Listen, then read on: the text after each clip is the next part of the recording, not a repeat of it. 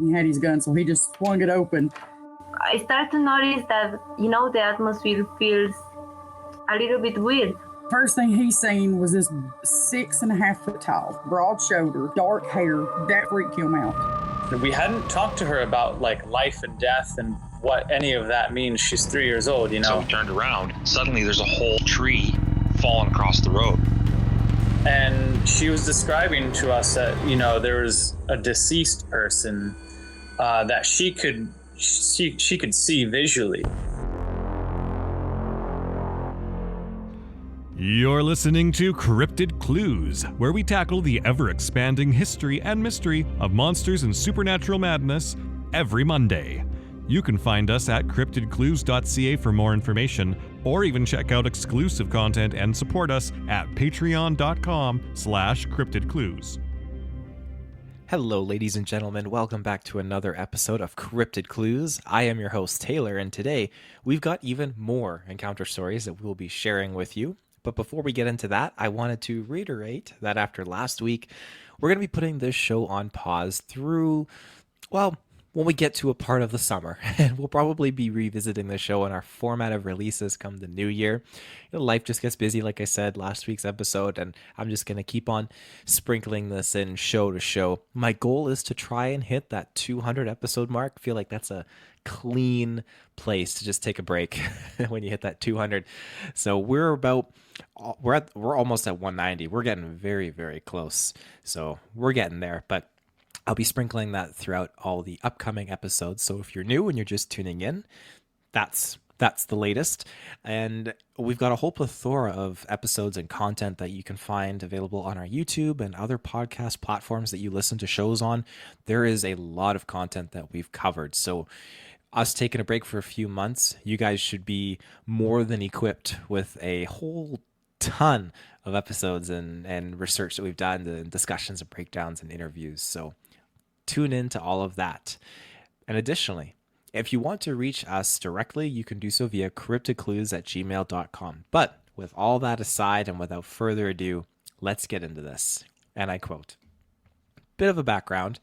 I live in East Tennessee, 2-ish hours from the border, and slightly important for my theory, at about 1 a.m. this morning, I got hungry and went out to get some food. Now, I took my time and drove around a bit, so I didn't get home until about 2:15 a.m. Once I got home and opened the door to the car, I heard a very loud boom. It sounded far off, but different enough to make me pause, waited a few seconds, and then got out. I made my way up the road to pick something that fell out of one of the cars off the ground. I tossed it in the back, and before I could close the door, I hear another boom. This time it was much closer. Now, the way my neighborhood is set up, it's a cul-de-sac set up on a ridgeline surrounded by heavy woods. The backyard is a very big and steep hill that drops down into a little valley, no more than 20-30 yards across at the bottom.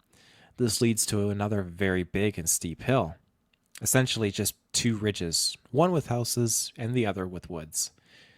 Now, that first wood knock came from beyond the back ridge. The second knock came from the ridge directly across from my house. Having heard that second knock, I'm feeling a bit exposed and anxious. I start to make my way down the steps to the house, and I hear movement across the street near my neighbor's house. It spooked me, and I made my way to the door. I waited outside for a moment, just try to breathe, and then the third boom followed shortly after. That was off to my left and towards the beginning of my neighborhood. So this morning, I went outside to try and calm myself down, try and tell myself that what I heard wasn't what I heard, that it wasn't what I thought it was.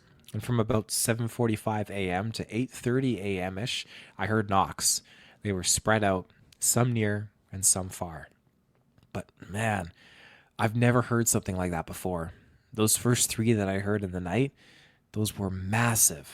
The ones I heard around 8 a.m. were loud, not as massive as they were before, but they were just as loud.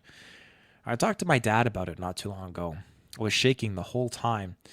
It turns out he heard a knock when he got back home from work around midnight. He sat out in the truck for a bit like he always does and heard one. Made him pause for a minute and think. I'm glad I'm not the only one that heard them. being in East Tennessee and having the hurricane blow through the easternmost part of the state, I wouldn't be surprised if they ran from the storm. Never heard anything like that in my time living here. Didn't think I ever would. Now, where I'm living, it's not a bad spot for them to be. Plenty of them here. Just hope they don't cause too much trouble. End quote. Now, the mention of these things may be fleeing a storm. I like this, and it's a very plausible concept. For example, and with more context, but of course an exaggerated narrative for storytelling purposes, I highly recommend the novel Devolution by Max Brooks. I listened through the audiobook of it a couple years ago. It was great. It is a fantastic, equally terrifying as interesting book you could get. And there's not a lot of Sasquatch books that I have read out there. Usually the ones that I find are, they're just researchers breaking down things, a couple sightings and information put in there. But to actually have a story created based on these creatures, it was really, really well done. I highly recommend it, but I digress. In short, is that the small community is trapped and found out to be the target of Sasquatch after Sasquatch has migrated to avoid the eruption of Mount Rainier. It holds a similar notion to what this person is saying in regards to the hurricanes. Maybe they experience these things and Sasquatch is like, okay, we got to go. This area is not cool. There's hurricanes coming left, right, and center. And so it's causing them to maybe flee to other territories, places that they've never been before. And some of those places would be, urban housing areas. That's something we've seen with the expansion of human development here in British Columbia.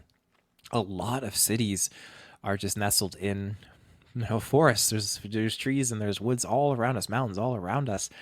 But the further out we expand, we keep pushing that boundary into animal territory. And so we're seeing a lot more animals come into our territory, cougars all the time.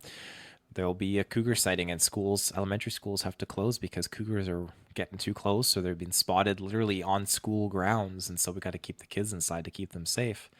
And I would absolutely apply this logic to Sasquatch, that their home is threatened and maybe there's just not a better way to get by and they have to go through an area that's got some housing and they get spotted because something's going on. Forest fire, hurricane, the list goes on, but we just don't really know.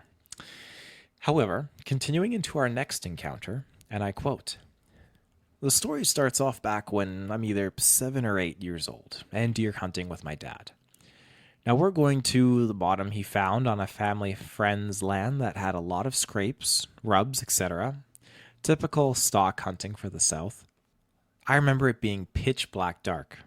My dad never got out in the woods this early, but, he was in the middle of a rut and he was persistent. We had to follow these train tracks for a few miles and you then come to a train trestle and at the bottom was about a 500 to 600 yard trek from there. Now everything was normal, other than how early we got out there and it's still being pitch black. And then once we crossed the trestle, my dad started to get a bit weird. I thought I could hear something pacing us, just off the tracks, maybe 5 to 10 feet into the woods. We had an old mag light, but it was on the ass end of its batteries and provided very little help. This went on for about a quarter of a mile, and we had about 3/4 left till we hit the bottom, and when we got there, he was acting strange. I'd been in the woods with him since I was 3 until this day. I've seen this man scared, not scared like this. We clear out a spot, leaves and such, try not to make noise, and we sat so we could hunt. And I just remember how quiet it was. No birds, squirrels running around, nothing. Now, my dad is still acting weird, though it's getting better as daybreak approaches. When the sun finally comes up, everything is back to normal. No weird feelings, birds are chirping, etc. At about 7:15 a.m., all the sounds stop. We start hearing crashing through the woods. My dad is visibly shaken by us, feeling like, as he puts it, something is stalking. Now he hands me his Remington 700, 30-06 with a nice Bushnell scope on it, and till the day I die, I'll never forget what he told me. My name If it's a big buck, as soon as he comes out, shoot it. Well, ladies and gentlemen, about 150 yards down the bottom, I start seeing limbs breaking and the outline of something 7 to 8 feet tall and super dark brown. Now, my own eyes before the scope, seeing this, when I put the rifle up to my shoulder and scoped to my eye, I saw this thing tear down a 20 to 25 foot pine, and immediately I became terrified. I tried to hand the rifle back to my dad, and he just kept telling me, shoot it. It's a big buck, shoot it. He wouldn't even look at it through the scope. So this thing comes out about 75 yards from us and is huge. I'm looking through the scope at what I cannot identify other than the classic description of Bigfoot. But if not, it had matted hair all over, almost nappy. Now I'm relaying what I'm seeing to my dad, but he just keeps telling me to shoot. I got the weirdest feeling, though terrified, that when I got it square in the crosshairs, it was like I was seeing something I shouldn't have seen. At the same time, I had this feeling that was telling me not to shoot it. I watched it till I got chills and then dropped the rifle. I got my ass chewed out by my dad for that move. I asked him to take a look, just freaking look, and he wouldn't. He just kept telling me to shoot it. I was terrified and got up out of our spot to run, and he grabbed me. Told me to shoot it one more time. I shouldered the rifle, squared it up, and once again, some weird feeling came across me to the point of I'd be killing a human or something. And at my age, I had no clue what was happening. I was begging my dad to take the gun, and when I got the rifle back up, it was gone. My father and I didn't talk about this for another 30 years. He's the no-nonsense type, high school football coach, etc. I brought it up at our family Thanksgiving a few years ago, and I had told the story. Now, I also found out that he thought whatever it was that started stalking us prior to us crossing the trestles was that, and he had heard something hit the water when we crossed. The weird thing, I had nightmares for years following of this thing, somehow following me back to my house and just watching me. Exact same, everything, just barely in the woods outside of the house I lived. I've had a few weird encounters in the woods since, but nothing like this. End quote. The biggest thing you hear from hunters who see these things is that, they line up their sights and they cannot take the shot. They see something that shouldn't exist, and out of fear of it being a human, facing manslaughter or something else terrifying, they resist and do not fire. Now, that doesn't mean hunters everywhere collectively don't shoot. There are some cases where they do shoot, and they'll pop a warning shot off. And the outcomes are not very positive in those encounters, usually met with stare downs, levels of infrasound causing disarray, or definitely escorts out of the woods. It's something that you're going to be met with a breakdown. If you haven't seen these things, you don't really know what's going on. You're going to break down. You're going to see this thing on your scope, and why would you want to shoot it? I mean, the last thing I think anyone's going to be telling themselves in this situation is like, oh, I can prove that Bigfoot's real. I'm going to shoot this thing. But then when you see these things, they're big, they're fast, and they are terrifying. I think there's a tonal shift where you realize I am not the powerful thing out in these woods right now. This thing is. I got a gun, but this thing is more powerful. I could fire it, but it might not take this thing down. I mean, you need to be packing a lot of heat to take down a grizzly bear, and you can only imagine what kind of heat you got to be packing to take down a Sasquatch. Of course, we still don't know a lot about their anatomy. We don't know a lot about much of their physical attributes aside from visually what their appearances look like. But without knowing exactly what their internal builds are, it's a little bit trickier to know what makes them tick and how much heat you need to be packing to actually take one of these down. Of course, I'm someone who would hate to say it that you'd have to kill one of these things so we could break that down. It's morbid, it's sad, especially being such a rare creature. But I digress. The situation that this boy was in with their father, it is quite terrifying. And it's interesting to bring it up after the fact, all these years later, and listen to other parts of the story that, hey, the dad knew there was something else going on. The dad suspected that it was stalking them from earlier on as they trekked down. That's why he was afraid. Oh, there was something that hit the water. There's all these other things. And, you know, kids, I remember when I was a kid, you get a little bit of tunnel vision. You're focused on what you're doing. You're not fully aware. The memory of this, I don't blame the kid. It's cemented into them as they grew up. And the idea that this thing followed them too. There are some encounters where people would see something like this, a Sasquatch, and then sure enough, they can go miles and miles all the way back home, super, super far away. And then they start having sightings on their property. I don't know if this is just because they've had an awakening and an opening, and they've seen one, now they're seeing them everywhere, or if it is the same one, which people speculate. They see one, and then it follows them to their property, follows them to their home. For whatever reason, I don't know. But that's still very, very terrifying. What are their motivations? But I digress. So we're going to move to our final encounter of the show. Now, this is a unique case, one that takes us outside of North America towards Europe. While not devoid of Sasquatch encounters, reports are definitely few and far between. And I quote, "Before I share this story, I want to say that I'm not at all a super normal believing person, but I don't know what to think about this. I was on a hike with my Cuillin in County Antrim, Northern Ireland.